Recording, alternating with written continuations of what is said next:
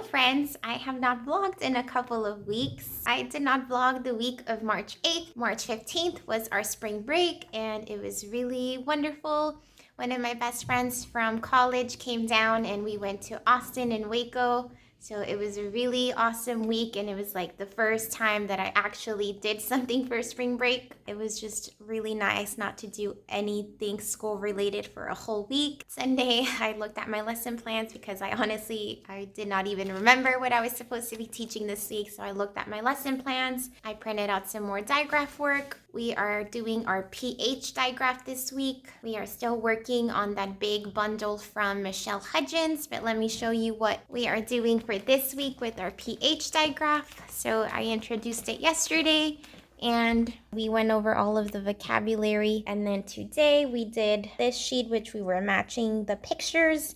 And then we had two pictures left over. We had the dolphin and the elephant.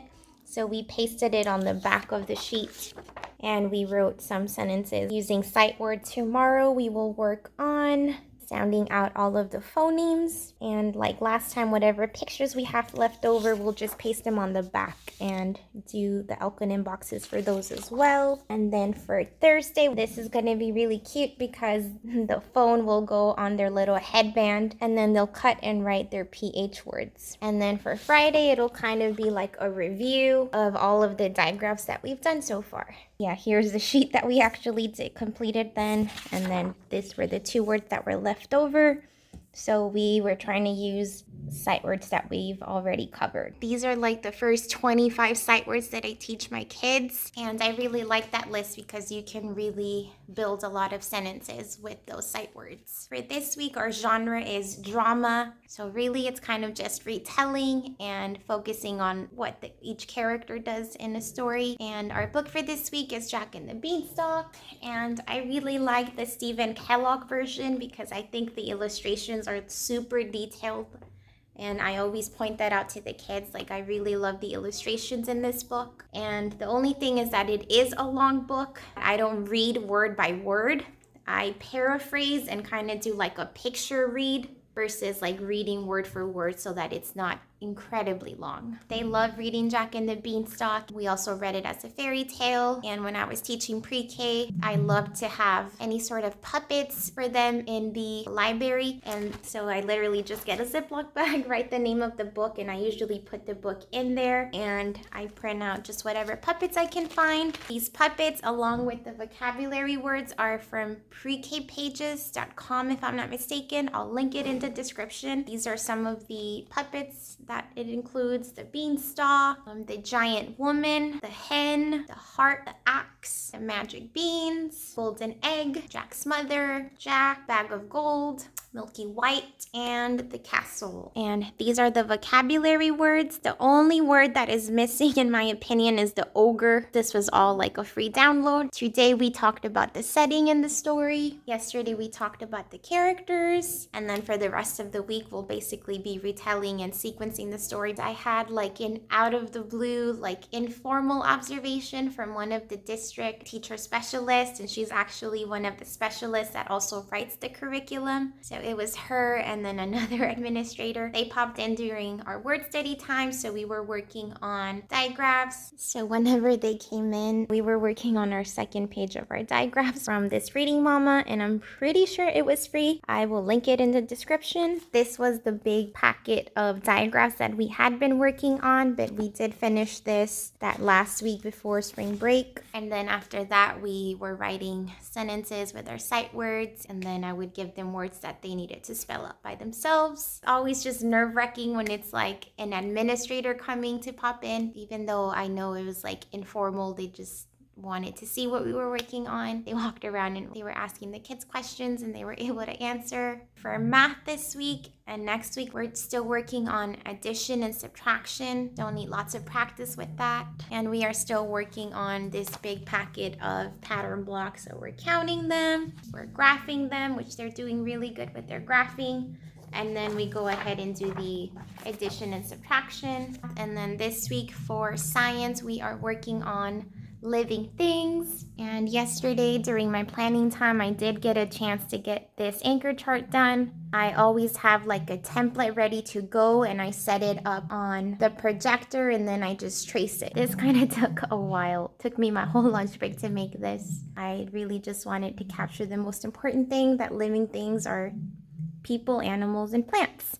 And we need 5 things to live: air, sunlight, water, food, and shelter. So that's kind of what our week looks like. I was so exhausted yesterday. I was absolutely struggling yesterday, like to get up, and like I just felt so tired yesterday. And then it didn't help that like I started my period, so like I just had no energy yesterday, and I went straight home and like napped for a couple hours because I could not stay awake. But yesterday, even though I was really tired, I was able to make all those copies that I just showed you guys. I was able to get my science anchor chart done for the week. The teacher next door has tutorials, so I'm sorry if their speakers are really loud. I was behind on module 8 of the HB3 Reading Academy, but I did get some of it done yesterday and then a little bit more done today during my lunch break. So I finally finished module 8. That one was probably the longest module. Within module 8, it was like 7 long chapters. Now I need to mentally prepare for module 9. But that's all I have to share with you guys for today. I'm gonna pack up and go to the gym. I'll check back in with y'all later in the week. Hello y'all, it's the end of the day on Wednesday. I have a couple things that I want to share about today. During my planning time, I finished up my bulletin board. So yesterday when I went home, I went ahead and printed out like my title letters, and I cut and laminated those so that they were just ready to go today. And then I used a piece of twine and some tape to put the little pennant title on the twine, and then some little push pins, and then I finally put it up on my bulletin board. However, I did want to have like the little sun, and I already had it up, but once I put up the bulletin title, I usually don't make my title that big. I probably should have printed 4 pennants to a page instead of 2 per page. It was probably too big, but whatever. I took down the sun. But anyway, it was nice that my bulletin board for the spring rest of the year is done. And then my second little highlight, as I mentioned, we're doing our pH digraph, and we have been using Michelle Hudgens resources. And one of the little sentence strip hats that we made today was a little pH hat for phone. So this is what the little hat looks like. And we went ahead and pasted and wrote 8 pH words onto the hat. And my kids really enjoyed wearing their hats today. That was second highlight. And then third highlight, as I mentioned, we are reading Jack and the Beanstalk. And today we were summarizing what happens at the beginning of the story, which they do so great retelling orally. Today I did encourage them to write on their own about what happens at the beginning. So I do want to show like 4 different writing samples just so you can see like where my kids are at. So this is the first student, and she started writing on this page, and then she switched over to this page. But I love trying to figure out what they wrote. Here we go. Let's see if I can figure this one out. I like when Jack go get money and funny looking man said Jack, can I buy Milky White? Goes to the funny looking man, said the, I cannot figure that out. So Jack came to the house, and Jack said, Jack told her, that should have been his, told her mom, I am back. What money you bring? This is supposed to be bring, buy, what? Go to your room. And like she was trying to read it back to me, and she said she was narrating like when the mom tells him to go back to his room and he doesn't get any supper. But it's fun trying to read what they wrote. And it's okay if they make mistakes. I just really want them to just get that writing out. She wrote the most out of all of my kids. So that's what her writing sample looks like. This next little friend, those are the sentences we wrote this morning using our sight words. And I wanted to use some PH words and CBC words. But this student is just really starting to bloom with her writing. But I was still really proud of her because she did most of this by herself. So at the beginning, Milky White and Jack give, I think this was supposed to be give the man magic beans, and the mom is mad. I did help her finish out her thought, but I told her to use her sight words, which it was 3 sight words she could use, and then she spelled out the CVC words by herself. And it's really funny whenever they're missing a letter at the end because she had just written mo. So I was like, and the ma is mad. Like, what are you missing? So however they're spelling their writing is how I read it to them if I want them to fix something. But I really just make them fix it if it's like a sight word or like a CVC word. And then this next friend, I was super proud of her too because she sat for like 15 minutes just writing and writing and writing. And this is what she came up with. Hers was a little hard to read, but again, I just love all of the effort she put into her writing. And she did so good orally retelling the story. I'm not going to try and read hers, but this is what hers looks like. And then this is probably just one of my lowest students. So she started writing at the beginning, and then I showed you guys yesterday that I have my vocabulary words, so they were welcome to use that as a word bank, but she really just ended up copying all the words from the word bank. Yeah, I was just really proud of their writing today. I know my hair probably looks a mess. It was really, really windy during dismissal. But that's all that I wanted to share with you guys for today. Yeah, we had a really great productive day, and I was just so proud of them for trying to write independently today. I will check back in with you guys later. Hello friends, it's Friday. I'm just gonna vlog from my car very quickly because I was just ready to run out of school and my room was being cleaned anyway.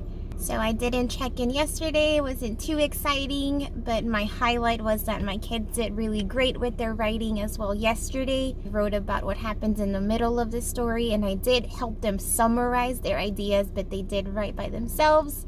And I was just so proud of them. I took pictures of their work and I messaged the parents. I have mentioned that I use Talking Points, which is a free app, and you can download it as the teacher and it will send the messages as text messages for the parents so they don't have to download anything. And the best thing about Talking Points is that it translates in all of the languages that I need for my students. I have students that speak Spanish, Farsi, Pashto, Bengali, and Arabic. So Talking Points translates all of those languages, just super awesome. And it's just really great that the parents can respond back to me. That was my highlight for yesterday. And then today, oh my goodness, we were all so tired today. So they did get an extra long recess today. And they were exploring and they found some frogs again, and one of my girls actually picked up the frog. She was so fearless, and some of the kids were petting it as she held it, but she was the only one that could hold it. We were too scared to hold it. And then towards the end of the day, we the last hour, they all had little plastic water bottles, so we filled those up and we made little sensory bottles. And I brought vegetable oil and food coloring. I already had a ton of glitter, but the first batch, I made it with the vegetable oil, and I don't know if, I think I put too much oil. So whenever they shook it really fast, it turned cloudy, and then all the glitter stuck together. It was a mess. It was not a good first batch. So I made them throw it away, and then they had a second water bottle. They were ready. So I didn't put any oil in that second water bottle. So I'm not sure what I did wrong. I didn't measure anything, but if you have successfully made sensory water bottles, please let me know in the comments any measurements or what you used to make it. But the second time was better because I didn't do any vegetable oil. And then my friends that earned their treat got a little cupcake today. I just had a couple of them that did not earn it because they were just not following directions this week. I don't know about y'all. We have a glorious 3-day weekend, so we will not have class on Monday. and we actually will not have class on Friday either. So next week we are only having class for 3 days, which will be great because I want to figure out a new routine like for the rest of the school year. So I'll be thinking about that during this weekend, and yeah, just figuring out what skill work my kids will work on for the rest of the year. But right now I'm on the way to a Persian restaurant. Miss Mo and another second grade teacher, they are both from Iran, and this past week marked the beginning of the spring. And in their culture, they celebrate Nowruz, I'm pronouncing it right, which is basically their new year. So just to kind of celebrate, their new year, they invited a couple of teachers and admin to the Persian restaurant. I'm excited to try delicious food. But yeah, I'm gonna drive there now. All I have for you guys, be safe, and I will see you next week. Bye bye.